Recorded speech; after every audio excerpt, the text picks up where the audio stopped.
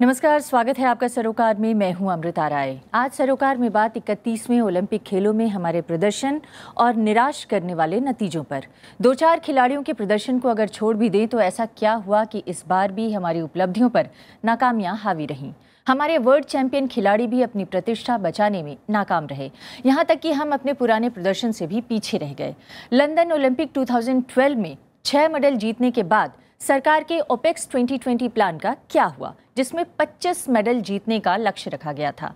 क्या वाकई अकादमिक अध्ययन के फॉर्मूलों के मुताबिक पदक जीतने की कसौटियों पर हमारा देश अनफिट साबित हो रहा है? क्या सामाजिक, आर्थिक और सरकारी परिस्थितियां हमें पीछे ढकेल रही हैं, या फिर इसके लिए हमारा सामाजिक संस्कार भी कहीं जिम्मेदार है? खेलों के प्रति हमारे नजरिए में और सामाजिक सोच में क्या कमी है कि दुनिया की दूसरी सबसे बड़ी आबादी होने के बावजूद हम खेलों में सबसे निचले पायदान पर हैं? क्या इसका कारण सिर्फ सुविधाओं का अभाव है, या खेलों के प्रति हमारे सामाजिक रुझान में भी कमी है, जो खेल को मनोरंजन का विषय मानता है? क्या जीत के लिए जरूरी मेहनत को आम परिवार भी तैयार है?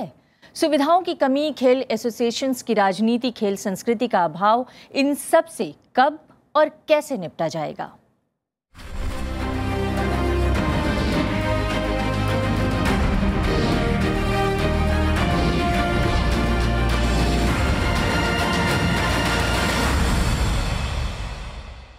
आज हमारे साथ चर्चा में शामिल होने के लिए जो मेहमान हैं उनसे आपका परिचय कराते हैं। हमारे साथ हैं ज़फ़र इकबाल। आप जाने माने हॉकी खिलाड़ी हैं, पूर्व कप्तान हैं, ओलंपियन हैं।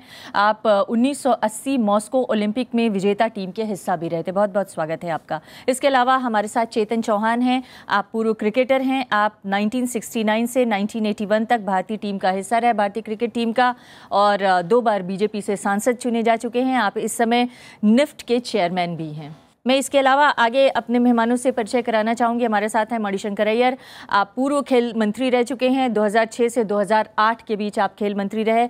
और हमारे साथ हैं प्रदीप मैगजीन। आप वरिष्ठ खेल पत्रकार हैं, हिंदुस्तान टाइम्स में एडवाइज़र हैं। और हमारे साथ द हिंदू अखबार में डिप्टी स्पोर्ट्स एडिटर विजय लोकपल्ली साहब हैं। आप दोनों का भी बहुत बहुत स्वागत है। और हमारे साथ यहाँ पर मौजूद छात्र छात्राओं का भी मैं स्वागत करना चाहूँगी। अपनी चर्चा में आगे बढ़ें उससे पहले देखते हैं हमारी एक खास रिपोर्ट। रियो ओलंपिक में पदक के लिए 12 दिन तरसने के बाद भारत को पहली खुशखबरी साक्षी मलिक ने दी। फिर पीवी सिंधु ने देश का उल्लास बढ़ाया और सिंधु ने पॉइंट लिया और फाइनल में प्रवेश किया। बहुत ही अच्छी खबर। फिर भी कड़वी हकीकत यही है कि भारत 4 साल पहले लंदन ओलंपिक्स में 6 पदक जीतने के अपने रिकॉर्ड की रक्षा भी नहीं कर पाया। इससे 2020 में 25 ओलंपिक पदक जीतने का 4 साल पहले घोषित लक्ष्य अब दूर की कौड़ी लगता है। विशाल आबादी और सबसे तेजी से बढ़ती अर्थव्यवस्था के बावजूद भारत की ये तस्वीर निराशाजनक है। इससे ये बहस फिर छिड़ी है कि आखिर हम ओलंपिक स्पोर्ट में फिसड्डी क्यों हैं। एक स्थायी संसदीय समिति ने हाल ही में ऐसे सवालों पर विचार किया और इस नतीजे पर पहुंची कि खेलों में भारत के कमजोर प्रदर्शन के लिए कम निवेश एक बड़ा कारण है। भारत खेल पर हर रोज प्रति व्यक्ति सिर्फ करीब 3 पैसे खर्च करता है, जबकि अमेरिका में यह खर्च 22 रुपए है। 2013 की तुलना में भारत में खेलों पर रोज प्रति व्यक्ति खर्च सिर्फ 1 पैसा बढ़ा है। खेलों में जन भागीदारी बहुत कम है और भारत में खेल का इंफ्रास्ट्रक्चर कमजोर है। ये वजहें आमतौर पर जानी पहचानी हैं। इनके अलावा भी कुछ कारण हैं जिन्हें खेलों में भारत के आगे बढ़ने में रुकावट समझा जाता है। एक अच्छा प्रदर्शन उसमें प्रमुख हैं ग्रामीण इलाकों में ओलंपिक संबंधी सूचना का अभाव, आबादी के एक बड़े हिस्से का शिक्षा, पर्याप्त पोषण और सार्वजनिक स्वास्थ्य सेवाओं से वंचित रहना, आर्थिक गैर बराबरी, परिवारों में खेल के लिए प्रोत्साहन का न होना, क्रिकेट का अत्यधिक वर्चस्व और लड़कियों के शरीर को लेकर कुंठा का भाव। इन हालात का साया रियो ओलंपिक पर भी पड़ा रहा। भारत ने वहां अपना सबसे बड़ा दल भेजा, फिर भी पदकों की संख्या घट गई। टीम में चयन और खिलाड़ियों को सुरक्षित माहौल देने में भारतीय खेल प्रशासन की कमियां भी उजागर हुईं, जिसकी सबसे प्रमुख मिसाल पहलवान नरसिंह यादव का मामला है। मुद्दा ये है कि क्या इन समस्याओं का कोई हल है? या हम हर 4 साल पर पदक के लिए तरसने और देश में अच्छी खेल संस्कृति न होने का रोना रोने के अभिशप्त हैं। जफर साहब, मैं अपनी चर्चा की शुरुआत आपसे करना चाहूँगी, आप दोनों से बल्कि करना चाहूँगी, लेकिन पहले आपसे मैं पूछना चाहती हूँ कि ऐसा क्या हुआ कि इस बार भी हम ओलंपिक खेलों में फिसड्डी साबित हो रहे हैं? देखिए, ये ज़रूर मैं कहना चाहता हूँ कि हमारी कंट्री जो है कोई स्पोर्टिंग कंट्री नहीं है अभी भी, मगर ये मैं ज़रूर कहना चाहता हूँ कि स्पोर्टिंग कल्चर डेवलप हो रहा है और मैं बहुत पॉजिटिव वे में यूँ कहना चाहता हूँ कि खेल के अंदर बहुत यानी नेगेटिव सोचने का कोई खाना ही नहीं है। You have to be positive. तो मैं ये ज़रूर कहूँगा कि जितने भी खिलाड़ी गए हैं, 118 119 खिलाड़ी गए हैं, उन्होंने यानी अपना क्वालिफाइंग मार्क्स कमा के गए हैं और अपने बलबूते पे गए हैं। उन्होंने अपने दिलो जान से मेहनत की है और जो भी उनका रिजल्ट आया है वो सबके सामने है, इसमें कोई दो राय नहीं है कि कोई खिलाड़ी मतलब जिस तरह के प्रदर्शन है, क्या आप उससे संतुष्ट हैं? इसका मतलब आप ये कह रहे हैं कि अगर कोई निराशा की वजह नहीं है तो क्या आप उनके प्रदर्शन से संतुष्ट हैं? नहीं, मैं बिल्कुल ये कहना चाहता हूँ, इसीलिए कि स्पोर्ट्स के अंदर अगर आप बहुत नेगेटिव सोचेंगे तो बिल्कुल नहीं आप आगे बढ़ पाएंगे। तो मेरा सिर्फ यही कहना है कि चाहे वो हॉकी टीम हो, ये ज़रूर है कि हॉकी टीम का प्रदर्शन बहुत अच्छा रहा, यानी अगर आप वैसे मेडल नहीं जीता लेकिन प्रदर्शन अच्छा बहुत अच्छा रहा और अन्य खिलाड़ियों का भी बहुत अच्छा प्रदर्शन रहा। एथलीट, एक बहुत अच्छी एथलीट जो हमारे बब्बर थी, वो भी फाइनल में पहुंची हैं। तो मैं समझता हूं कि सब खिलाड़ियों ने मेहनत की है, ऐसा नहीं है, मगर मैं ये ज़रूर कहना चाहता हूं कि जिस हम खेल में जाते हैं वहां की क्वालिफाइंग मार्क्स पे नहीं होता डिसीजन मेडल का, वहां पे मैक्सिमम मार्क्स का डिसीजन होता है। अगर आप किसी भी खिलाड़ी को या एक स्टूडेंट है, अगर वो जाता है एडमिशन के लिए, तो उसको एक बेसिक दी जाती है कि आपके पास 66% होना चाहिए जब आप MSc या हायर एजुकेशन में जाएंगे। तो डेट इज द 66% और 60% इज द क्वालिफाइंग मार्क। लेकिन जब हम दुनिया के तमाम देशों से प्रतियोगिता में उतर रहे हैं तो सबके साथ ये नियम तो सबके ऊपर लागू होते हैं, कसौटी तो सबके ऊपर लागू होती है। That is a basic rule. मगर वहां पे जो खिलाड़ी हैं वो 90% और ऊपर वाले खिलाड़ी बैठे हुए हैं। अब हमारी फाइट उनसे है for the medal, not for the participation.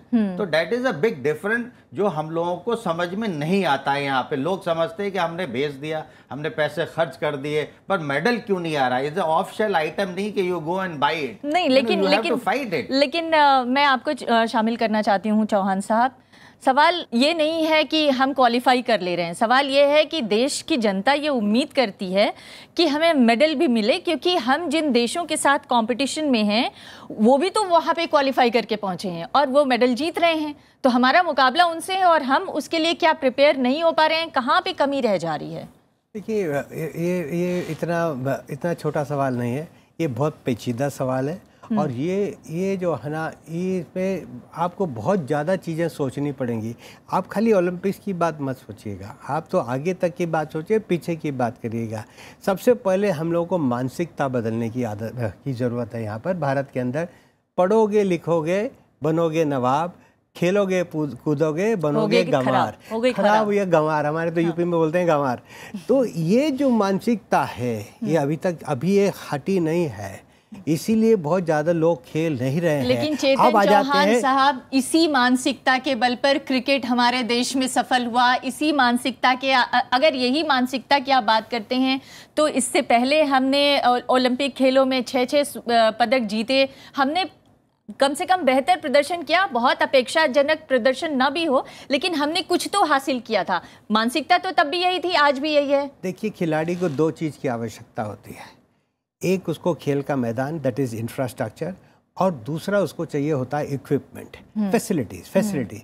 ये फैसिलिटी जब हमको 12 मेडल, हमको 6 मेडल मिले थे, ये हमको और तभी से हमको चुन लेना चाहिए था। 4 साल पहले हमें खिलाड़ी चुन लेने चाहिए थे, हमें जगह चुन लेनी चाहिए थी, वहाँ पे हमको फैसिलिटीज़ देनी चाहिए। उनके हमको फॉरेन जो करते हैं, ऐसा नहीं कि नहीं कर रहे हैं, कर भी रहे हैं, जो है ऐसा नहीं कि खेल संगठन जो कर नहीं रहे काम, वो काम कर रहे हैं, लेकिन जिस तीव्रता से करना चाहिए, जितना फोकस के साथ करना चाहिए, जितना इंटरेस्ट के साथ करना चाहिए, वो नहीं हो रहा है। द बेस्ट कोचेज आपको मिलने चाहिए, बेस्ट फैसिलिटीज़ आपको मिलनी चाहिए, क्योंकि जैसा अभी आसिफ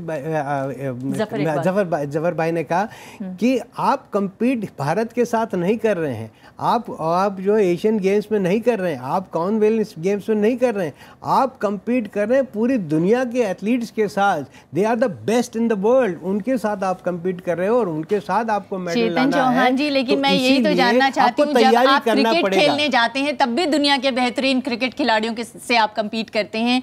इसके अलावा जब आप वर्ल्ड चैंपियनशिप में जाते हैं तब भी आप दुनिया के बेहतरीन खिलाड़ियों से कंपीट करते हैं। कम से कम वर्ल्ड चैंपियनशिप में तो हमारे कुछ नाम हैं भी जिनको हम ले सकते हैं, लेकिन ओलंपिक में हम क्यों फिसड्डी साबित हो रहे हैं? हम इस पर चर्चा कर रहे हैं, मैं आगे भी इस पर बातचीत करूंगी। मैं मणिशंकर जी आपको शामिल करना चाहती हूं। हर 4 साल पे हम ओलंपिक खेलों में जाते हैं और फिर वही रोना लेके आ जाते हैं कि हमारे यहाँ इंफ्रास्ट्रक्चर ठीक नहीं है, हमारी सुविधाएं ठीक नहीं है। पर सवाल यह है कि ये तो हमें पता ही है कि ये सब कुछ नहीं है, हम उससे उभरे कैसे और कैसे हम मेडल हासिल करें? हम सिर्फ क्या इससे संतोष कर सकते हैं कि हमने वर्ल्ड चैंपियंस के सामने, हमने दुनिया के बेहतरीन खिलाड़ियों के सामने क्वालिफाई कर लिया, इसलिए हमें मेडल की चिंता नहीं करनी चाहिए? सबसे पहले मैं ये स्पष्टीकरण दूं कि कॉमनवेल्थ गेम्स का आयोजन मैंने नहीं किया। हाँ, 2010 में कॉमनवेल्थ मैं देखकर कि किस तरह से पैसा जाया हो रहा है और किस घटिया तरीके से इसका आयोजन हो रहा है, मैंने सरकार से बहुत मांग की, घुटने टेक कर, कि खुदा के वास्ते मुझे इससे निकाल दो। तो मेरा नाम उससे कृपया न जोड़िएगा। नहीं जोड़ेंगे। लेकिन मणिशंकर अय्यर साहब, मैं एक चीज़ जानना चाहती हूँ। ये आप कह रहे हैं कि कॉमनवेल्थ गेम्स के दौरान पैसा बर्बाद किया गया, भ्रष्टाचार हुआ, लेकिन आर्थिक आंकड़ों के हिसाब से देखें तो हमारे यहाँ प्रति व्यक्ति प्रतिदिन सिर्फ 3 पैसे इन खेलों पर खर्च होते हैं। आप कह रहे हैं बहुत पैसे बहाए जाते हैं, लेकिन दुनिया के मुकाबले देखा जाए तो हम बहुत कम खर्च करते हैं, तो फिर पैसे कहाँ जाते हैं? मैं बोल रहा था, ये बड़े बड़े खेलों का आयोजन की बात कर रहा था। हाँ। और आप बता रहे हैं कि खिलाड़ियों के ऊपर, मतलब आम तौर पर खेल पर कितना खर्च हो रहा है, इसमें बड़ा अंतर है। मैंने उस पद को छोड़ा या मांगा कि मुझको छुटकारा दिया जाए, क्योंकि यही पॉइंट मैं कह रहा था कि क्यों इस पर आप 60,000 करोड़ खर्च कर रहे हो, जबकि उतना ही पैसे लेकर हम गांव-गांव, मोहल्ला-मोहल्ला तक पहुंचे तो तब जाकर हम एक स्पोर्टिंग नेशन बन सकते हैं। कोई खेल खिलाड़ी का कोई संस्कृति हमारे देश में अब तक नहीं है। और यदि आपके पास 1-2 मिनट हैं, मैं आपके सामने कुछ आंकड़े पेश करना चाहता हूं।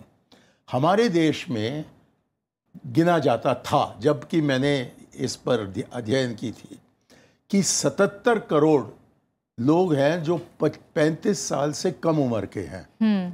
मतलब बच्चे से लेकर एक नौजवान तक। उनमें से मात्र 5 करोड़ को खेलने का मौका मिलता है जिंदगी भर में। अब जबकि 77 करोड़ के लोग हैं जिनको कि हम खिलाड़ी बना सकते हैं, और 5 करोड़ को ही मौका मिलता है कि कुछ थोड़ा बहुत क्रिकेट खेल लें या हॉकी खेल लें, तो कैसे हम बहुत बड़े एक स्पोर्टिंग देश बन सकते हैं? ओलंपिक्स होता है खेल का ताजमहल। आपने बुनियाद नहीं बनाया तो कहां से जाकर महल को खड़ा कराओगे? शुक्र है कि हमारे घटिया इंतजामात के बावजूद कुछ ऐसे लड़के लड़कियां उभर कर आती हैं जो कि विश्व के स्तर पर मुकाबला कर सकते हैं। एक मिसाल तो हमारे सामने खड़े हुए हैं जफर साहब, लेकिन आपका बाल सफ़ेद हो गया है और बहुत सा बाल निकल गया है, लेकिन इनके बाद मुझे बताइए कि कौन बड़ा हॉकी खिलाड़ी रहा है हमारे देश में। 2 ममालिक का मैं मिसाल लेना चाहता हूँ। एक है चीन। हम जानते हैं क्या कि 6,20,000 खेल के सुविधाएं वहाँ उपलब्ध हैं, कि 3.5 लाख प्रशिक्षण देने के लिए प्रोफेशनल्स तैयार हैं, कि 1 लाख ऐसे लोग हैं जो पार्ट टाइम ट्रेनर्स हैं। और इसका नतीजा ये हुआ कि उनको, जब मैंने ये पेपर तैयार की थी तो उस समय ओलंपिक्स को लेकर, एशियन गेम्स को लेकर उनको कुल मिला था 360 मेडल और हमें मिला 55। अब उनकी आबादी और हमारी आबादी एक समान नहीं है, लेकिन तकरीबन जी, लेकिन कॉमनवेल्थ गेम्स जिसके बारे में आपकी राय ये है, उसका एक तथ्य ये भी है कि 101 पदक उस कॉमनवेल्थ गेम्स में इंडिया को मिले थे और ऑस्ट्रेलिया के बाद दूसरे नंबर पे हमारा देश रहा था। वो ठीक रहा, लेकिन मैं दुनिया का मुकाबला की बात कर रहा हूँ जी। हम ऐसी नीति हम क्यों नहीं बनाते हैं? जब मुझे बताया गया था कि आप नीति तैयार कीजिए, हम नीति पे बात करेंगे। 72 पेज की पॉलिसी मैंने तैयार की। 1 साल तक मैं उसको पेश भी नहीं कर पाया क्योंकि हमारे स्पोर्ट्स एडमिनिस्ट्रेटर्स होते हैं वो उन्होंने साथ नहीं दिया। और जबकि मैंने पेश किया कैबिनेट में तो उस पर बहस होने के 2 दिन पहले उन्होंने कहा कि अब आप जाइए जी। और मेरे जगह में जो आपकी पॉलिसी क्या थी उसके बारे में बात करेंगे। रहा कि उस पेपर को वापस ले अय्यर साहब। अच्छा, एक स्पोर्ट्स बिल बनाया गया था उसके बाद, उसको हमने कभी पारित नहीं किया। और 2 साल से ये नई सरकार जो है वो मुझसे कह रही है कि आप जो पेपर आपने तैयार किया आप हमें कॉपी भेजिए क्योंकि मंत्रालय में नहीं मिल रहा उनको। और भेज तो चुका हूं लेकिन आज तक मुझे नहीं पता कि इसका कोई नतीजा हो। तो इसलिए मैं खिलाड़ियों पर किसी प्रकार का दोष नहीं रखता जी। नहीं, हम मैं कहता हूं कि ये लोग जो कि स्पोर्ट्स बॉडीज को चलाते हैं और खास तौर पर ये इंडियन ओलंपिक्स कमेटी जो है, जब तक कि इनकी रोल आप कम न करें जी। और पंचायतों को, हमारे नेहरू युवा केंद्र के नीतियों पर और आपके सुझावों पर बात करेंगे, लेकिन मैं चर्चा में आगे बढ़ना चाहती हूँ। आपने सुविधाएं नहीं मैं अपनी चर्चा में आगे बढ़ना चाहती हूँ। आपको कोई भी मेडल्स 1-2 इत्तेफाकन मिल जाएंगे, लेकिन एक सिस्टमैटिक तरीके से मिलने वाले नहीं है। बुनियाद को बनाइए और अपने आप ताजमहल बन जाएगा जी। हम बुनियाद बनाने की जो आपके सुझाव थे उस पर हम आगे चर्चा करेंगे कि बुनियाद कैसे बनाई जाए। लेकिन फिलहाल जो एक आपने इम्पोर्टेंट पॉइंट कहा कि हमारे पास इतनी बड़ी जनसंख्या है, 77 करोड़ लोग 35 साल से कम उम्र के हैं, लेकिन सिर्फ 5 करोड़ लोग खेलों में आ पाते हैं और उन 5 करोड़ लोगों में से भी हम पदक के लिए मोहताज रहते हैं, हमें नहीं मिल पाता है ओलंपिक में पदक। तो हम आज ये चर्चा कर रहे हैं कि आखिर वो कौन कौन सी वजह हैं। मणिशंकर अय्यर साहब ने अपनी तरफ से वजहें गिनाने की कोशिश की हैं, लेकिन क्या हमारे सामाजिक लेवल पर जो हमारे सामाजिक संस्कार हैं खेलों को लेके वो भी कहीं जिम्मेदार हैं? बहुत ज़्यादा। अगर आप मेरे से पूछेंगे मुझे आज भी लगता है ज़्यादा फ़र्क नहीं आया है। जब मैं खेलने जाता था तो घर पे पिटाई होती थी कि पहले पढ़ाई करो और फिर खेल, और आज भी वही स्थिति है। मेरे घर के सामने एक पार्क है, वहाँ पे बच्चों को भगा देते हैं जो खेलने आते हैं। तो मुझे नहीं लगता इनमें से कोई भी बच्चा होगा जिसको खेलने की जगह मिलती होगी। जब इंफ्रास्ट्रक्चर ही नहीं होगा, आपको खेलने की जगह नहीं है, वो कहाँ एनर्जी अपना चैनलाइज करेगा बच्चा। अभी आप देखिए, हम लोग एक junior football world cup organise करने वाले हैं। फुटबॉल में हम कहीं नहीं हैं। वो ये कहते हैं कि इसलिए ऑर्गेनाइज कर रहे हैं कि हम वर्ल्ड कप कराएंगे तो इंफ्रास्ट्रक्चर बनेगा। इंफ्रास्ट्रक्चर क्या वर्ल्ड कप से ही बनेगा? आपको क्यों वर्ल्ड कप करवाना है? आपने कॉमनवेल्थ गेम्स, जैसे ये साहब ने बोला कि इतना भ्रष्टाचार था, पर उसमें से एक ही चीज़ अच्छा बना कि एक स्टेडियम बन के आ गए। लेकिन आज उस स्टेडियम की हालत आप देखिए, इनमें से कोई बच्चा उस किसी भी स्टेडियम में घुस नहीं सकता है। नहीं, लेकिन मैं ये जानना चाहती हूँ, सिर्फ इस स्टेडियम या किसी एक खास स्टेडियम की या दिल्ली के स्टेडियम की बात क्यों करें? हरियाणा में बहुत सारे अच्छे स्टेडियम बने, बहुत सारे अच्छे खेल की जगहें बनी और वहाँ पे लोग आ रहे हैं, ट्रेनिंग भी ले रहे हैं। इसके अलावा हैदराबाद में बहुत अच्छे ट्रेनिंग सेंटर्स बने, बेंगलुरु में अच्छे ट्रेनिंग सेंटर्स बने, केरल में अच्छे ट्रेनिंग सेंटर्स बने। इन सब के बनने के बावजूद, और हरियाणा में तो काफ़ी प्रोत्साहन भी युवाओं को दिया जा रहा है, इन सब के बावजूद भी हमारे खिलाड़ी सफल नहीं हो रहे हैं। नहीं, एक चीज़ तो आपको माननी पड़ेगी, जैसे जफर भाई ने बोला कि आप क्वालिफाई किए हैं, आप ये मान के चलिए कि बाकी कंट्री के जो खिलाड़ी हैं आपसे अच्छे हैं, तो आपकी थोड़ी निराशा आपकी कम हो जाएगी। आपको समझ में आ जाएगी कि आपका स्तर क्या है, आप कहाँ पे हैं। तो सिर्फ इसलिए कि आपने 120 खिलाड़ी ओलंपिक्स में भेज दिए आप तरक्की कर रहे हैं, मैं नहीं मानता हूँ। आप और ये सवाल हर 4 साल में क्यों पूछा जाता है? हर साल क्यों नहीं पूछते हैं? जब आप कॉमनवेल्थ गेम्स होता है या एशियन गेम्स में जाते हैं, वर्ल्ड चैंपियनशिप में जाते हैं। और क्रिकेट को तो मैं चेतन सर माफ़ कीजिएगा, क्रिकेट को यहाँ पे हम कंपेयर नहीं करेंगे क्योंकि क्रिकेट ग्लोबल स्पोर्ट नहीं है, आपको मानना पड़ेगा। क्रिकेट 10 कंट्रीज़ या 12 कंट्रीज़ में खेला जाता है, हम उसमें अच्छे हैं तो आप ठीक है, सब खुश हो जाते हैं। लेकिन जैसे ही जिस दिन और क्रिकेट ओलंपिक्स में चला जाएगा तब हम देखेंगे कि भारत मेडल लाता है नहीं लाता है नहीं, क्रिकेट में। लेकिन आप अगर वो 10-12 कंट्रीज के भी उदाहरण हम लें जो अपने विश्व में सर्वश्रेष्ठ माने जाते हैं, उनसे हम मुकाबला करते हैं और उसमें हम कामयाब होते हैं। और उस कामयाबी के पीछे बहुत सारे फैक्टर्स हैं जो आप बताएंगे, चाहे वो क्रिकेट बॉडीज़ हों, चाहे वो लीग हों, चाहे और मार्केटिंग के दूसरे जरिया हों जिसकी वजह से वो सफल हो रहे हैं। और उसमें आने वाले जो भी युवा हैं, अगर वो नाकाम भी होते हैं तो उनको अपने रिहैबिलिटेशन के लिए दूसरों का मुंह नहीं ताकना पड़ रहा है, जो दूसरे खेलों के साथ नहीं हो रहा है। शायद इस वजह से भी ये असफल साबित हो रहे हैं और हम खेलों में उतनी प्रगति नहीं कर पा रहे हैं। दूसरे खेलों की बात पहले हमारे खिलाड़ी को कोई सोशल सिक्योरिटी नहीं है।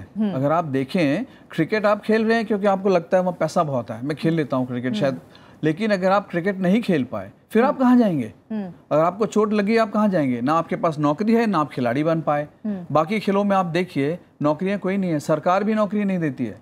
रेलवे कुछ खिलाड़ियों को कुछ खेलों में नौकरियां देती है, बाकी क्रिकेटर्स भी मैं आपको बताता हूं आज खेल रहे हैं लेकिन उनके पास कोई नौकरियां नहीं है। चेतन जी बताएंगे। और यही हाल दूसरे खेलों का है। जब तक आप इंफ्रास्ट्रक्चर नहीं देंगे, जब तक बच्चे को खेलने की जगह नहीं मिलेंगी, आप कैसे सीखेंगे? आप फैसिलिटीज देते नहीं है। 4 साल में आप सोचते हैं कि दीपा कर्माकर जाके मेडल लेके आएगी। आपने कभी सोचा है कि किन हालात में वो तैयार की गई, किन हालात में इंदिरा गांधी स्टेडियम में वो ट्रेनिंग करती थी? उसके अपने घर पे जो है एक जो पिट है, फोम पिट, पूरे हिंदुस्तान में सिर्फ दिल्ली में ही है फोम पिट, तो इसलिए उसको यहाँ के आने ट्रेनिंग करना पड़ता है। सिर्फ 3 महीने पहले जाने से पहले उसको बोर्ड मिला जहाँ से उसको जो है थोड़ा उसका इम्प्रूवमेंट हुआ, लेकिन सिर्फ 3 महीने पहले। मैं कहता हूँ कि आज अगर दीपा चौथी आई है वो गोल्ड मेडल के बराबर है, क्योंकि जो उसको फैसिलिटीज़ मिली हैं वो दुनिया में और किसी खिलाड़ी को आप वो फैसिलिटीज़ देंगे तो वो शायद क्वालिफाई भी ना कर पाए। दीपा कम से कम 4th आई है। तो आज आप बोलिए कि आज से 4 साल तक हम आपको ये फैसिलिटीज़ देंगे, आपके घर वालों को हम देखेंगे, आप जाइए 4 साल ट्रेनिंग कीजिए, फिर हम टोक्यो में फिर आप पूछिए कि दीपा कर्माकर गोल्ड लाई या नहीं लाई। प्रदीप जी, बहुत सारी चर्चा हुई, लेकिन मैं ये भी जानना चाहती हूँ कि हमारे यहाँ वातावरण नहीं है, ये सच है, ये सभी वक्ताओं की बातों से साबित हुआ।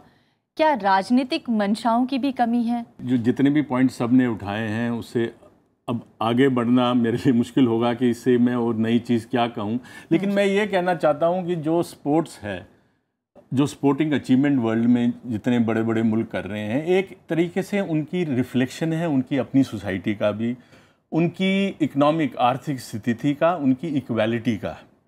हमारे मुल्क में स्पोर्ट्स क्या एक हिरार्किकल स्ट्रक्चर है, जितनी फैसिलिटीज़ जो भी हैं वो एक तबका ले जाता है जो ऊपर का तबका है। स्पोर्ट्स एक ऐसी चीज़ अगर आप वर्ल्ड वाइड देखें, जो एक्सेल करते हैं वो शहरों से नहीं आते हैं, वो गांव से आते हैं। जितने भी बड़े बड़े दुनिया के खिलाड़ी आए हैं वो स्पोर्ट्स में एक्सेल करके पैसे वाले बने हैं, उन्होंने अपना नाम कमाया है, लेकिन वो बड़े गरीब, आप अमेरिका के जितने एथलीट जीतते हैं ये ब्लैक्स हैं, ये डिप्राइव्ड है वहाँ पे, लेकिन उनके पास उन जहाँ पे वो ट्रेनिंग करते हैं वहाँ पे फैसिलिटीज़ दी गई हैं। वो फैसिलिटीज़ इसलिए नहीं दी गई हैं कि आप ओलंपिक में मेडल जीतें, वो फैसिलिटीज़ इसलिए दी गई हैं, उनको लगता है स्पोर्ट्स एक हेल्दी चीज़ है, इस पे सरकार ने खर्चे किए हैं। हमारे यहाँ जैसे 3 पैसे आप कह रहे हैं कि पर डे है। अब अभी आप देखेंगे कि ये हो सकता है कि अभी सरकार कह दे कि अब हम ओलंपिक्स होस्ट करेंगे। हमारे यहाँ जैसे कॉमनवेल्थ गेम, जैसे मणिशंकर अय्यर जी थे, इन्होंने रेजिस्ट किया कि मत करो, इसमें इसके खर्चे से बेहतर है इतना खर्चा आप अपने खिलाड़ियों को इंफ्रास्ट्रक्चर पे लगाओ, आप अपने उसमें लगाओ। लेकिन हम जो हैं हम बड़े बड़े स्लोगन से कैप्चर हो जाते हैं। अब अगर हम ओलंपिक्स करते हैं, जो हो सकता है सरकार कह दे कि इससे हमको, जैसे आप राजनीतिक, हमारे यहाँ राजनीतिक माहौल स्पोर्ट्स को इस्तेमाल करने का है, ओलंपिक गेम्स को इस्तेमाल करने का हो सकता है कि ओलंपिक्स करो और दुनिया को दिखाओ कि हम भी, क्योंकि ओलंपिक्स होस्ट करने का मतलब है आप वर्ल्ड पावर है। ये कोशिश हो सकती है, लेकिन ये कोई नहीं सोचेगा कि स्पोर्ट्स एक ऐसी चीज़ है जो कि ये दर्शाती है कि आपकी सोसाइटी की इक्वालिटी कितनी है। आपकी जब तक फैसिलिटी गांव तक नहीं जाएगी, जो बच्चा उसको मतलब चाहे वो चैंपियन बने या ना बने वो सवाल नहीं है, उसके पास वो फैसिलिटी होनी चाहिए और उस फैसिलिटी के अलावा उसके पास एक सिक्योरिटी भी होनी चाहिए। प्रदीप जी, मैं एक चीज़ जानना चाहती हूँ, आपने कहा कि दुनिया के जो तमाम देश हैं जहाँ पर खिलाड़ी एक्सेल कर रहे हैं और अच्छा प्रदर्शन कर रहे हैं, वो भी गरीब तबके से आने वाले लोग हैं, युवा हैं, जो जिनको अच्छी फैसिलिटी मिली और वो एक्सेल कर रहे हैं। हमारे देश में भी एक बड़ा मध्य वर्ग है और इलीट वर्ग भी काफ़ी बड़ा हो चुका है, वो उस तरह की फैसिलिटी क्यों नहीं प्रोवाइड करा पा रहा है? हमारे यहाँ CSR जैसे प्रोग्राम्स भी चलते हैं, क्यों नहीं उसमें पैसे लगा रही हैं कॉर्पोरेट कंपनियाँ? देखिए, कॉर्पोरेट कंपनियां पैसा वहीं लगाएगी जहां उनको प्रॉफिट होगा। क्रिकेट में कॉर्पोरेट का पैसा लगाती है क्योंकि उनको उसके रिटर्न्स मिलते हैं। वर्ल्ड वाइड जो ओलंपिक स्पोर्ट्स हैं, कुछ को छोड़ के, वो गवर्नमेंट फंड करती है। एथलेटिक्स हो या ये जिम्नास्टिक्स हो या हॉकी हो, ये जो हॉकी के खिलाड़ी हम कहते हैं ना, हमारे खिलाड़ी भाई हॉकी जो खेलते हैं इनको कोई फैसिलिटी, मतलब इनके पास नौकरी नहीं है। आप देखिए, अगर आप बेल्जियम का खिलाड़ी पकड़ लें, जर्मनी का, आपको पता लगेगा कि उसके पास शायद वो छुट्टी लेके आया खेलने के लिए। मैंने वर्ल्ड कप जब यहाँ हॉकी हुई थी तो वहाँ पे मैंने ये स्टडी किया, मोस्टली कई खिलाड़ी जो ऑस्ट्रेलिया के कहीं से अपने यहाँ से, कोई टीचर था, कोई स्टूडेंट था, छुट्टियां लेके आए हुए थे खेलने के लिए। 1976 मॉन्ट्रियल जब जीती है न्यूजीलैंड की टीम, तो उसमें हमारे मुल्क के भी लोग थे, पटेल, और वो तो एक उसमें से ये था कि भाई मैं तो कारपेंटर हूँ, तो हमारे यहाँ उस चीज़ को वो अलग सोचते हैं कि अरे ये कारपेंटर है यार, ये तो यानी बिल्कुल ही गया गुजरा होगा, बट उनके यहाँ carpenter is equally as a doctor और इंजीनियर। ये रिफ्लेक्शन है एक हमारी सोसाइटी तो हम ये स्टडीज मैंने देखा कि चाइना की मीडिया में छप रहे हैं, इस तरह के पेपर्स दूसरे देशों में अध्ययन हो रहा है, हमारे यहाँ क्यों नहीं अध्ययन हो रहा है? क्यों नहीं ये इस तरह की स्टडी हो रही है जिसमें कि हम अपनी नाकामियों का विश्लेषण करें और उसको सुधार के सामने लाएं? हमारे यहाँ क्या हो रहा है, क्रिकेट एक बड़ा ही मतलब एलीट स्पोर्ट है, बहुत ज़्यादा पैसा है।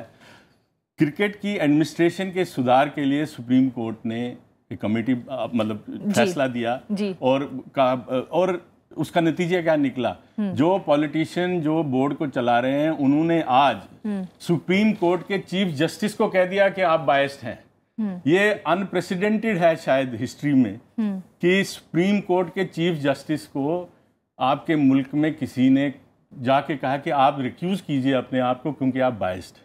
इसलिए क्योंकि उनकी जो वेस्टेड इंटरेस्ट पे अटैक हुआ है। तो अगर स्पोर्टिंग एडमिनिस्ट्रेशन, जो कि क्रिकेट बहुत बेहतर है बाकी एडमिनिस्ट्रेटर से, पैसा भी है, अगर वो ऐसा कर सकती तो आप समझ सकते हैं कि जो हमारी बाकी फेडरेशंस हैं, लेकिन कम से कम इस बारे में चिंता तो जताई जा रही है कि यहाँ पर रिफॉर्म की ज़रूरत है और यहाँ रिफॉर्म की जानी चाहिए। वैसे ही दूसरे बोर्ड्स में भी रिफॉर्म की ज़रूरत है, उस पर तो चिंता भी नहीं हो रही है। क्या उस पर चिंता करने का वक्त आ गया है? इस पर हम बातचीत करेंगे, एक ब्रेक के लिए रुकते हैं, ब्रेक के बाद लौटेंगे।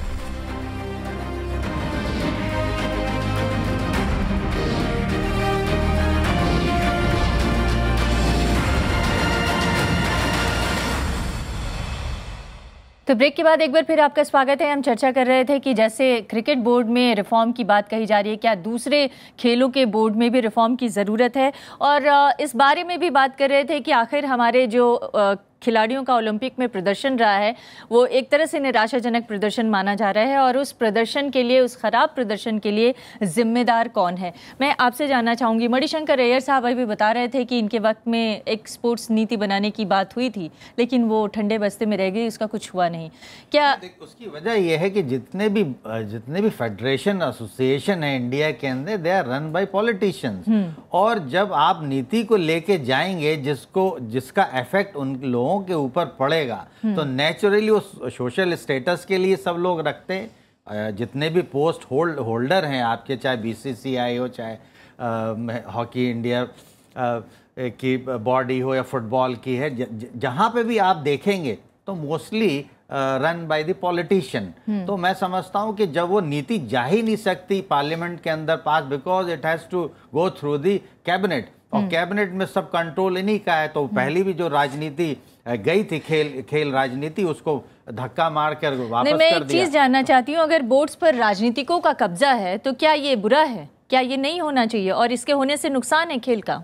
देखिए, इसमें 3-4 चीज़ें मैं करना चाहता हूँ। पहली बात तो जो राजनीतिक व्यक्ति हैं और जो खेल में आना चाहते हैं, पद के साथ जिम्मेदारी चलती है, मैं हमेशा इस बात को मानता हूँ। यदि उनके पास समय है तो आए, और यदि वे व्यस्त हैं और समय नहीं है तो बिल्कुल ना आए, क्योंकि सिर्फ पद ले लिया और बस मीटिंग आ गई, मीटिंग में आ गया, पूरा साल पता नहीं क्या हो रहा है। छोटे छोटे लोग जो हैं वो खेल संस्थाएं चलाते हैं, जिनको कोई आइडिया नहीं है कि खेल कैसे है। कॉन्फ्लिक्ट है खिलाड़ियों में और खेल संस्थाओं में, इनके सोच में ही है। क्योंकि मैं मानता हूँ, एक खिलाड़ी के ना, जफर भाई मेरे साथ रहेंगे, हम लोग खिलाड़ी लोग हैं। खेल को मैं साधना मानता हूँ, खेल तपस्या है, बरसों बरसों की तपस्या होती है। मैंने कभी जिंदगी में 9 से 12 पिक्चर नहीं देखा। मैं 10 बजे सोता था, 6 बजे उठता था, 6:30 बजे मैदान में जाता था। इस प्रकार का आपको मेहनत करनी पड़ती है, आपको तपस्या करनी पड़ती है, तब जाके कोई खिलाड़ी कहीं जाकर पहुंचता है। कॉन्फ्लिक्ट ये है जो खेल एडमिनिस्ट्रेशन में है, जो एसोसिएशंस में है, बोर्ड्स में है, उनको नहीं मालूम खिलाड़ी क्या है उनके लिए। नहीं, लेकिन अगर आप जैसे खिलाड़ियों या इतने मेहनतकश खिलाड़ियों को अगर बोर्ड्स का अध्यक्ष बना दिया जाए तो क्या खेल की स्थिति सुधर जाएगी? मैं नहीं कहता हूँ कि अध्यक्ष ही बना दिया जाए, लेकिन मैं जब मेंबर ऑफ पार्लियामेंट था, मैं 91 से 96 में मेंबर ऑफ पार्लियामेंट था, तब HRD मिनिस्टर, अलग खेल मंत्रालय नहीं था। मणिशंकर जी उस समय खेल मंत्रालय अलग नहीं था, HRD मिनिस्टर था। माधवराव सिंधिया जी HRD मिनिस्टर थे। उन्होंने मेरे लिए उन्होंने करीब 3 घंटे के अलग जो कंसल्टेटिव कमेटी है, कंसल्टेटिव कमेटी को बुलाया, और 2 घंटे 3 घंटे मैं बोल रहा था, एक एक पॉइंट लेकर आया था। मैं तब उनको बोला था, तब मैंने सुझाव दिया था कि जो एपेक्स बॉडी है, चाहे वो नेशनल लेवल पे है या स्टेट लेवल पे है, उसके अंदर कम से कम 2 इंटरनेशनल खिलाड़ी होने ही चाहिए, क्योंकि वो आपको बताएंगे कि खिलाड़ी को क्या चीज़ चाहिए, खिलाड़ी की मानसिकता क्या होती है, खिलाड़ी की ज़रूरतें क्या हैं, और कैसे खेलों का आयोजन करना है, क्योंकि वो उसका खेल के पास आयोजन है। लेकिन दुर्भाग्य की बात यह है कि जो खेल एसोसिएशंस हैं, फेडरेशंस हैं, इनमें कोई खिलाड़ी की कोई गिनती ही नहीं है। इक्का दुक्का चेतन चौहान आ गया दिल्ली क्रिकेट एसोसिएशन में, मैं वाइस प्रेसिडेंट बन गया, वहाँ पर भी मेरा इतना टकराव होता है, क्योंकि हमारी सोच अलग होती है, हमारा विजन अलग होता है। हम लोग दाएं बाएं देखते ही नहीं है। खेल हम खेल और खिलाड़ी, खेल और खिलाड़ी देखते हैं, लेकिन मैनेजमेंट भी उसमें एक फैक्टर होता है। वो देख पाते हैं कि नहीं, कई बार इस बारे में बात करने वाले लोग कहते हैं कि खिलाड़ी मैनेजमेंट का काम ठीक नहीं कर पाते। वो जमाना बदल गया। एक मिनट, ये बड़ी टची बात कह दी आपने, बड़ी सेंसिटिव बात कह दी आपने। वो जमाना बदल गया, गया वो जमाना कि खिलाड़ी जो थे वो गांव से आते थे, पढ़े लिखे नहीं थे। आज खिलाड़ी मेंबर ऑफ पार्लियामेंट हैं। मैं अब एक इंडस्ट्री चलाता हूँ, 250 आदमी मेरे यहाँ नौकरी करते हैं, मैं चेयरमैन हूँ, पब्लिक लिमिटेड कंपनी मैं चलाता हूँ। ऐसे लोग पढ़ Kirti Azad member of parliament हैं, मेंबर ऑफ पढ़ लिख गए हैं। अब जमाना बदल गया है। आप तो खिलाड़ी हैं, इंडिया के लिए खेल चुके हैं, DDCA में आप ऑफिशियल हैं, तो DDCA का इतना बुरा हाल क्यों है? आपके बावजूद आप वहाँ हैं।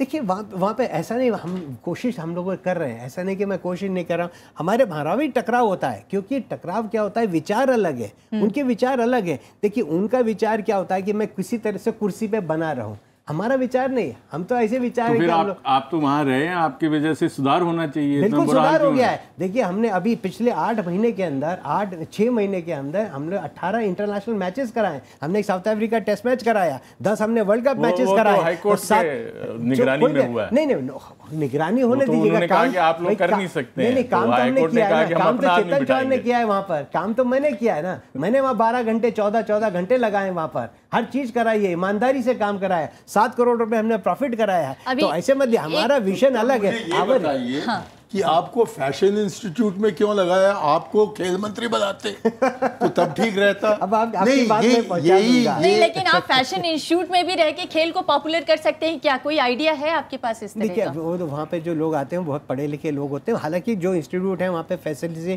खेल की फैसिलिटी दी गई है, but they are not professional players, they will come only to play their cricket, only for entertainment.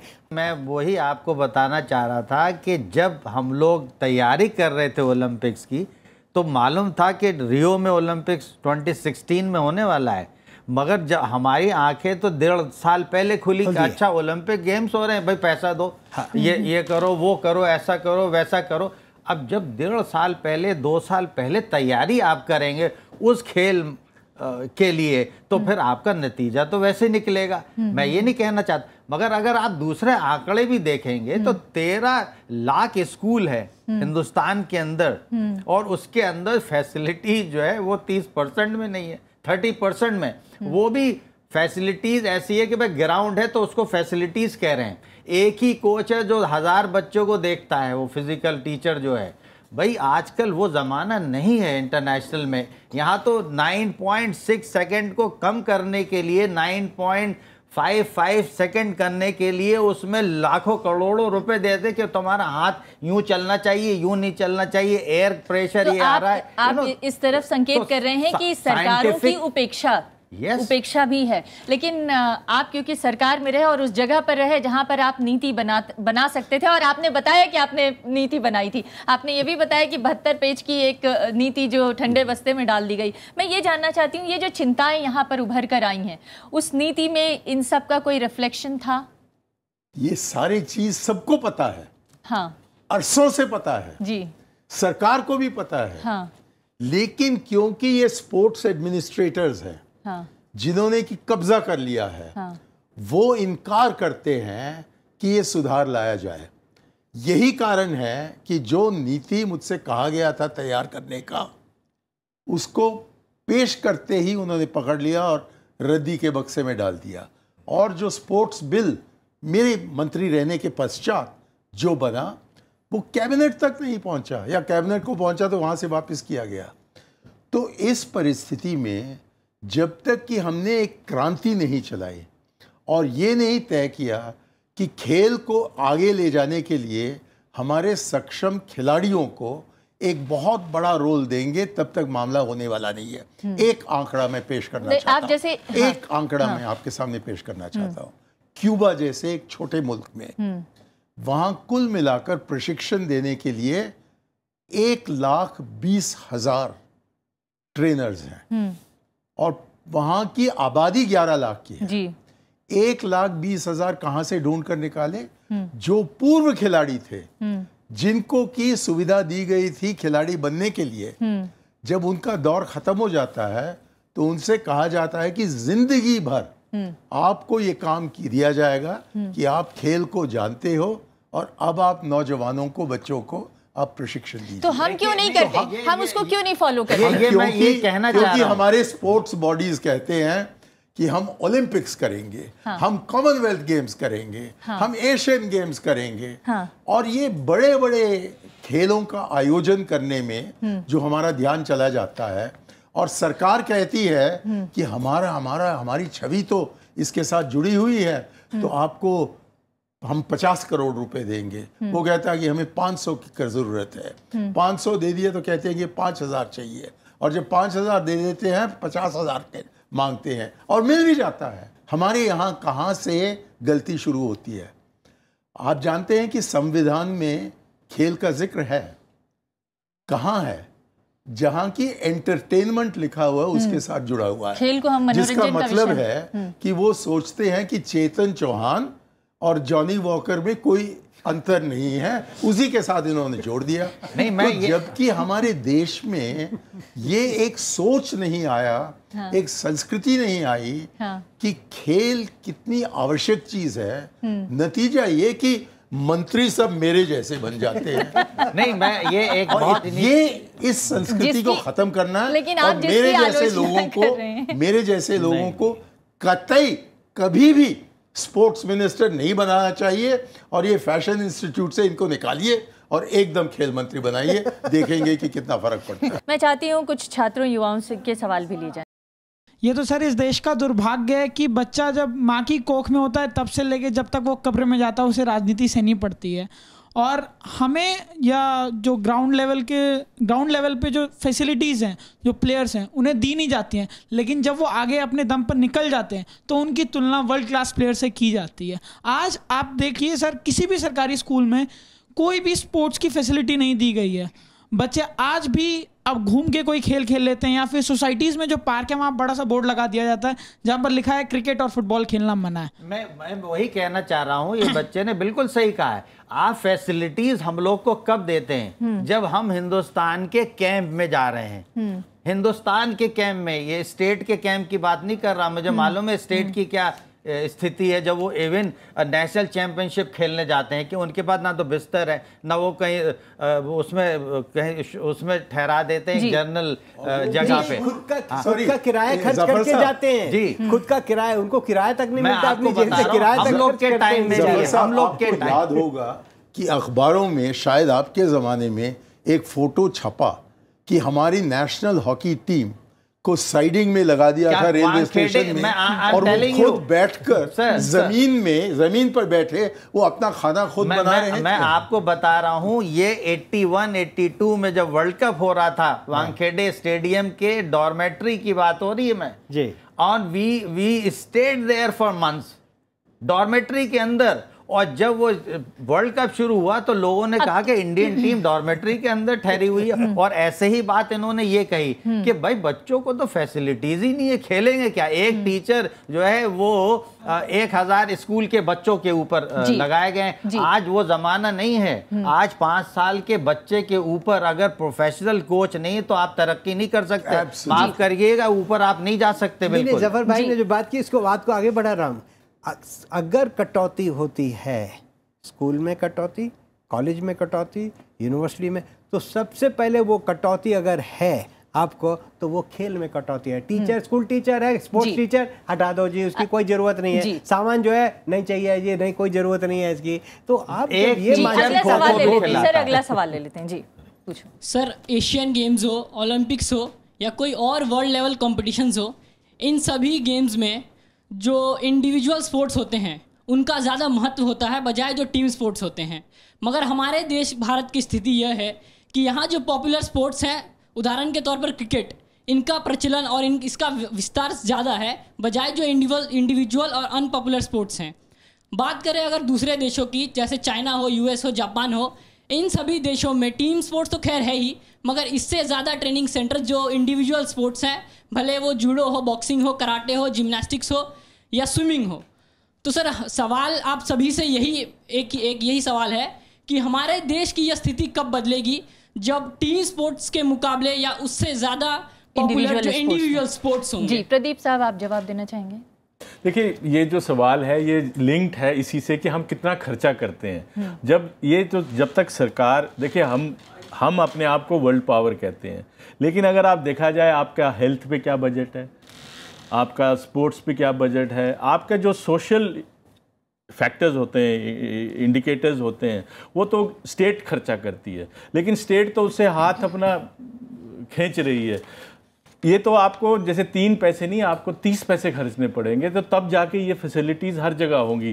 क्या इंडियन स्टेट के पास इतना पैसा है? क्या वो कर पाएंगी? हमको रियलिस्टिकली भी देखना पड़ेगा कि हम हवा में बात करते हैं कि हम चाइना से compete करेंगे, हम USA से करेंगे, कहाँ से करेंगे हम compete? हमें तो जैसे चाइना ने एक दफ़ा किया था, चाइना ने कई साल तक ओलंपिक्स में पार्टिसिपेट ही नहीं किया। उनको पता था कि हमारी तैयारी नहीं है, हम वहाँ कोई मेडल नहीं जीतेंगे। उन्होंने मेरे ख्याल से 20-30 साल बाद जाके ओलंपिक्स में पार्टिसिपेट किया, क्योंकि उन्होंने पहले अपना घर सुधारा। तो मेरे ख्याल से ये बड़ा कॉम्प्लेक्स एक इशू है। सरकार के पास स्पोर्ट्स पे खर्चने के लिए पैसा नहीं है, वो हेल्थ पे नहीं कर पा रही, तो स्पोर्ट्स पे क्या करें? प्रदीप जी, लेकिन आज हम यहाँ पर चर्चा कर रहे हैं और हम उन तमाम मुद्दों को सामने लाने की कोशिश कर रहे हैं, उभारने की कोशिश कर रहे हैं, जिसकी वजह से हम पिछड़ते हैं। अब रियो ओलंपिक तो छोड़ दीजिए, 2020 में हमारे सामने टोक्यो ओलंपिक है। क्या हम उम्मीद कर सकते हैं, अपेक्षा कर सकते हैं कि हमारा प्रदर्शन इससे बेहतर होगा और उसके लिए हम अपनी तैयारी बेहतर कर सकते हैं ना कि जो हमने आइडेंटिफाई किए हुए हैं, अगर 5 करोड़ लोग अगर इंडिया में स्पोर्ट्स खेल रहे हैं, तो यहाँ इतने मुल्क हैं जिन्होंने मेडल जीते हैं, जिनकी उन सब मुल्कों को मिला के 5 करोड़ आबादी नहीं होगी। तो अगर हमारे 5 करोड़ भी आइडेंटिफाई कर ले कि इनमें से टॉप एथलीट कौन से हैं, किनको कैसी ट्रेनिंग देनी है, तो आज से 4 साल का नहीं, 8 साल का, 20 साल का आप प्रपोजल लेके चलिए, तब हो सकता है आपको कम से कम मेडल है। कि आप सोचिए सन 2048 जबकि हमारी सेंटिनरी होगी इंडिपेंडेंस का, तब हम ओलंपिक गेम्स का आयोजन करें हिंदुस्तान में, और उसको मद्देनजर रखते हुए 32 साल का आप पूरी जो स्पोर्ट्स पॉलिसी है और जो स्पोर्ट्स बिल को बेहतर बनाकर उसको आप इस साल के अंदर लागू कीजिएगा और एक वैज्ञानिक तरीके से काम कीजिएगा, तब जाकर हमें कुछ नतीजे मिल सकते हैं। मैं नहीं हूँगा, लेकिन मेरे बच्चे होंगे वहां और वो दिन आप वो देखिए। वैज्ञानिक तरीके क्या होंगे अगर 5 पॉइंट्स वैज्ञानिक तरीका ये है कि एक मिसाल मैं आपके सामने रखूं। डीएमके सरकार तमिलनाडु में उन्होंने एक प्लान तैयार किया, योजना तैयार की, जिसमें कि हर गांव पंचायत में 1 एकड़, बस 1 ही एकड़, 1 एकड़ के ज़मीन पर कैसे 7 अलग अलग खेल खेले जा सकते हैं, और उसके लिए जो प्रशिक्षण देने वाले थे उनका इंतज़ाम किया। अफसोस की बात है कि अगली सरकार आई और उन्होंने इसको रद्द कर दिया, लेकिन मैं समझता हूं कि जो प्रदीप जी ने बताया वही सही चीज़ है कि शिक्षा हमने राज्यों को दी, स्वास्थ्य हमने राज्यों को दी, फिर देखा कि वो संभाल नहीं पा रहे, इसलिए बहुत बड़े कार्यक्रम यहाँ बने, नेशनल रूरल हेल्थ मिशन की ये सर्व शिक्षा अभियान वगैरह। तो वैसे ही खेल के लिए यदि दिल्ली में हमने तय किया कि हाँ सन 2048 में, जबकि हमारी आज़ादी 100 साल पूरी हो जाएगी, तब हम बहुत से हम एक एक्सपोर्टिंग नेशन तब तक बन जाएंगे, और उसके लिए तफसीली में आपने तैयारी की तो तब हो सकता है। नहीं हुआ तो वही रहेगा कि चेतन चौहान और जॉनी वॉकर को हम अपने संविधान में जोड़ेंगे। नहीं, पर आप अपने खिलाड़ियों को जब पार्टिसिपेट ही नहीं करने देंगे तो आप जांचेंगे कैसे कि आप कहाँ पे हैं? अगर आपके खिलाड़ी जाके खेलेगा नहीं बाहर, आप कोई एहसान नहीं कर रहे हैं, उसके लिए मनाही नहीं है, उसके लिए मनाही कोई नहीं दिक्कत नहीं है, आप कोई एहसान नहीं कोई कर दिक्कत रहे नहीं। मेरा ये कहना है कि बजाय बड़े बड़े खेल का आयोजन हिंदुस्तान में करने का, आप उस पैसे को गांव के बच्चों पर, मोहल्ले के बच्चों पर खर्च कीजिएगा, और फिर आगे जाकर जो पूरे वैज्ञानिक तरीके से उनका पालन होगा, और फिर जबकि वो रिटायर हो जाते हैं, और बेचारे खिलाड़ी 25 साल पर, 30 साल पर तो उनका ख़त्म हो जाता है, जिम्नास्ट का तो 16, 17, 18 साल पर ख़त्म हो जाता है। आप उनको आश्वासन दीजिएगा कि ज़िंदगी भर आपके खेल से आप जुड़े रहेंगे, और आपको इतना वेतन मिलेगा कि आपको इस पर फिक्र करने की ज़रूरत नहीं होगी कि मेरे बच्चे कहाँ से दूध ले आएंगे। नहीं, ये सब अय्यर साहब, उनका जो सवाल था वो ये नहीं था कि ये सब नहीं होना चाहिए। उनका सवाल ये था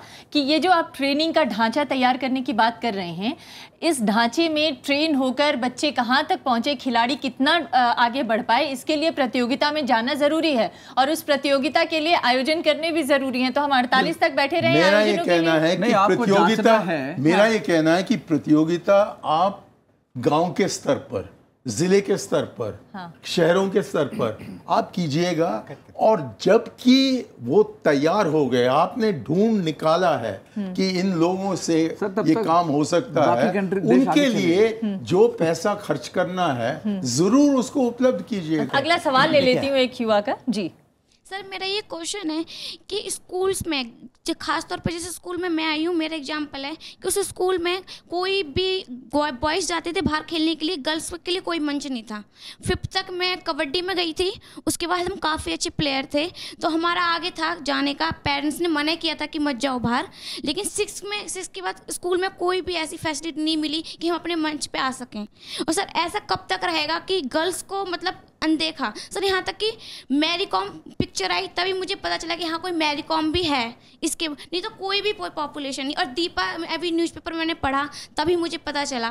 क्यों सर? इनको, और क्रिकेट इतना फेमस है, बच्चे को पता है, और हॉकी, यहाँ तक कि स्टूडेंट से पूछो कि वो नेशनल गेम है, आधे से ज़्यादा बच्चों को नहीं पता होगा। सर, मैं ये चाहती हूँ गर्ल्स को मोटिवेट किया जाए, और सोसाइटी में सर 20 साल पहले सोसाइटी जब समाज में लड़कों और पूरे खेल के प्रति ये नजरिया है, तो लड़कियों के मामले में जो बाकी नजरिया है वो भी उसमें झलक जाता है खेल के दौरान भी।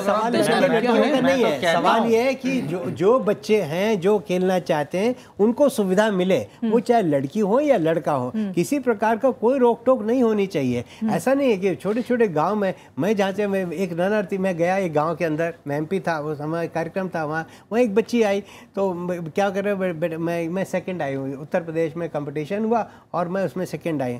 और तो मैंने कहा हाँ बताओ बेटा इसके कोई परेशानी क्या है? बोले साहब मेरे पास कोई अच्छे जूते नहीं हैं।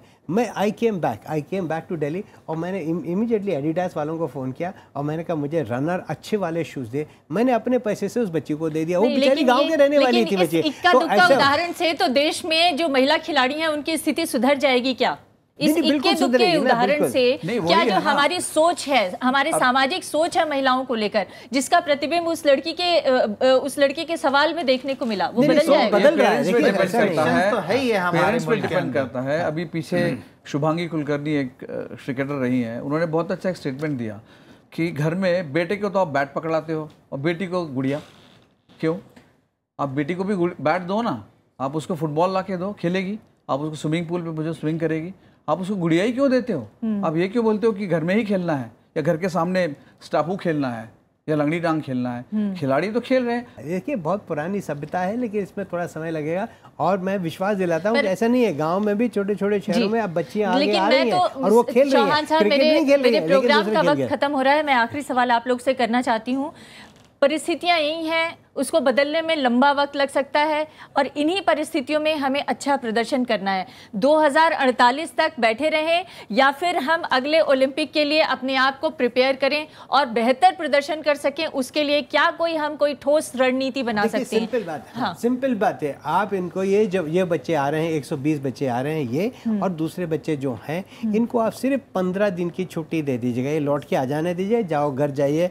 15 दिन से जैसे लौट के आए, अगले ओलंपिक की आप तैयारी शुरू कर दीजिएगा। इनको सुविधा दीजिएगा, इनको बिठाइएगा, अच्छे कोच लेके आइएगा और इनको जो है पूरा जो सपोर्ट चाहिए वो पूरा सपोर्ट सिस्टम आप दीजिएगा, तब आप आगे बढ़ पाएंगे। जी, आपके मुताबिक क्या होना चाहिए? मेरे ख्याल में बिल्कुल चेतन भाई ने सही कहा है, क्योंकि अगर अभी से आप नहीं तैयारी करेंगे 20 और 24 की, तो आप बहुत पीछे रह जाएंगे, क्योंकि इनमें से बच्चे वो भी होंगे जो नहीं आगे चल पाएंगे और उसको सोचना पड़ेगा फेडरेशन को, एसोसिएशन को, सरकार को, स्पोर्ट्स अथॉरिटी ऑफ इंडिया को, कि ये जितने बच्चे हैं जो ये आगे जा सकते हैं और जो आगे जाएंगे और जो पीछे हटने वाले उनका रिप्लेसमेंट फ़ौरन किया जाए और फिर उनको ट्रेनिंग दी जाए। और फैसिलिटीज़ जो है वो आप बिल्कुल पेड़ के पत्तों पे आप अगर पानी छिड़केंगे और बड़ी सफाई सुथराई रहेगी, वो नहीं चले। जड़ में तो पानी डालिए तो जड़ से ही पेड़ उगेगा। तो जब तक आप बेसिक फैसिलिटीज स्कूल, कॉलेजेस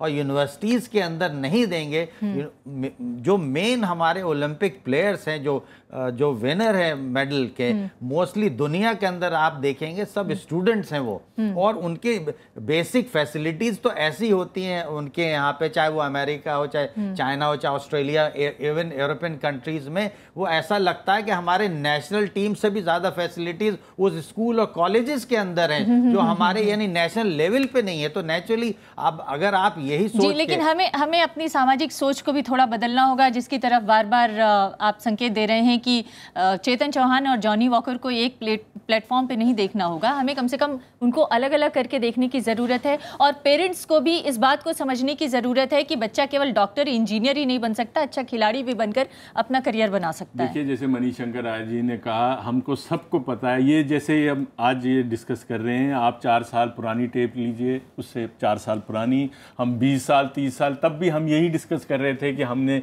जड़ों को पानी देना चाहिए, लेकिन कोई दे रहा है, नहीं दे रहा। हमारी सबसे बड़ी जो अब तक की ट्रेजेडी रही है कि हमको ऐसा नहीं है, पता नहीं है क्या करना चाहिए, हमको पता है क्या करना चाहिए, लेकिन जिनको करना चाहिए वो भाषण देते हैं, करते कुछ नहीं। तो फिर ये इसको मूर्त कैसे किया जाएगा? ये जो सपना है हमारे देश का कि हम खेल में अच्छा करें, आसान है अमृता जी। जो पॉलिसी है उसको आप तैयार कीजिए और पारित कीजिए। जो कानून बनाना है उसको तैयार कीजिए और पारित कीजिए। और जो पैसे उपलब्ध करने हैं, आप जेटली जी को याद दिलवा दीजिए कि वो DDCA में भी थे और कि अब वक्त आ गया है कि दूसरे खेलों के लिए भी वो उतने ही करोड़ों रुपए उपलब्ध करे जो कि क्रिकेट वालों को मिल रहा है। तो ये सब कितना बजट था हो सकता है। खेल बजट कितना होना चाहिए? एक मानसिक सुदृढ़ता की आवश्यकता है। और आप बार बार ये सवाल कर रही हैं कि 4 साल के अंदर हमें कितने मेडल मिलेंगे।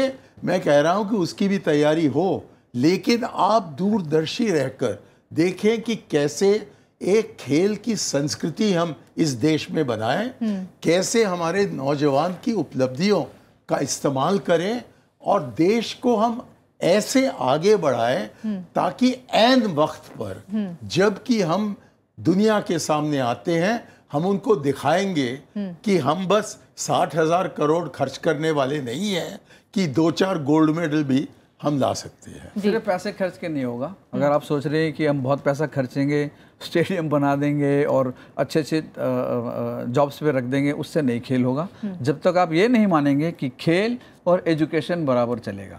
खेल भी ज़रूरी है, उतना ही ज़रूरी है जितना एजुकेशन है। आप खर्चते रहिए, आप 2048 नहीं, आप और 100 साल जोड़ दीजिए, आपके पास कोई मेडल नहीं आएगा। अगर हम सचिन तेंदुलकर को पढ़ाते रहते तो क्या सचिन तेंदुलकर होते आज? लेकिन सचिन तेंदुलकर अगर क्रिकेट की जगह फुटबॉल खेल रहे होते तो कोई नहीं जानता। क्रिकेट खेल गए, क्रिकेट को आप मत कंपेयर कीजिए। बहुत आज जैसे चेतन जी ने बोला कि पढ़े लिखे लोग, जफर भाई तो इंजीनियर हैं, वो तो हॉकी, उनके अगर प्रमोशंस हैं तो इसलिए नहीं है कि वो हॉकी खिलाड़ी रहे हैं, उन्होंने अपना काम किया है, नौकरी किया है, उस वजह से है। पर ये आपको मान के चलना पड़ेगा कि खेल जब तक आप एक्सेप्ट नहीं करेंगे कि लाइफ का एक बहुत ज़रूरी अंग है, तब तक आप नहीं सुधरेंगे। आप जितना मर्जी पैसा खर्च कीजिए, जितने भाषण दीजिए, आप हर 4 साल बाद, जैसे प्रदीप बोल रहे हैं, यही हम पूछेंगे मेडल क्यों नहीं आया। मैं तो चाहती हूँ कि हर 4 साल बाद ये रोना पड़े। नहीं, रोने की बात नहीं है, हो सकता ना भी मिले और मिले भी ज्यादा। आपको ये कोई गारंटी नहीं होती कि आज मैं खेलने जा रहा हूँ number 1, then number of players who are winners. आज हॉकी के अंदर जो डिफेंडिंग चैंपियन थी हार गई एक बहुत लो रैंक से, और जो सेकंड सिल्वर मेडल वो भी बाहर हो गई। ये खेल में ये नहीं कह सकते कि मैं आज नंबर हूँ, अभी 10 मिनट या 1 घंटे के बाद आप नंबर 2 भी होंगे, नंबर 4 भी हो सकते हैं। बस मेरा ये कहना ज़रूरी है, और मैं कहना चाहता हूँ कि हम इंडियंस जितने भी हैं, वी आर कॉम्पिटेंट इनफ। ऐसा नहीं है कि हम लोग कॉम्पिटेंट नहीं है दुनिया के अंदर। हम लोग भी मेडल ला सकते हैं अगर हम लोग सीधे रास्ते पे चले और हम लोग मेहनत करें, जरूर हम लोग कामयाब मैं हमेशा मानता हूँ प्रतिभा की कमी नहीं है, आपको सिर्फ खिलाड़ियों को जो है सुविधा दीजिएगा। जी, प्रतिभा की कमी नहीं है, सुविधा देने की जरूरत है। और मेलबर्न यूनिवर्सिटी के एक प्रोफेसर ने कहा है कि हमारी खेल में सफलता तभी सुनिश्चित होती है जब हम अपनी आय और संस्कृति को ठीक तरीके से व्यवस्थित कर पाते हैं खेल की दुनिया में। हमें उम्मीद है कि यहाँ पर जो चर्चा हुई है उससे जो इसकी नीति बनाने वाले लोग हैं वो जरूर कुछ न कुछ प्रभावित होंगे और भविष्य में कुछ बेहतर नीति आएगी और हमारे खिलाड़ियों का भविष्य बेहतर होगा। बहुत बहुत शुक्रिया हमारी चर्चा में शामिल होने के लिए आपका, और आपका नमस्कार।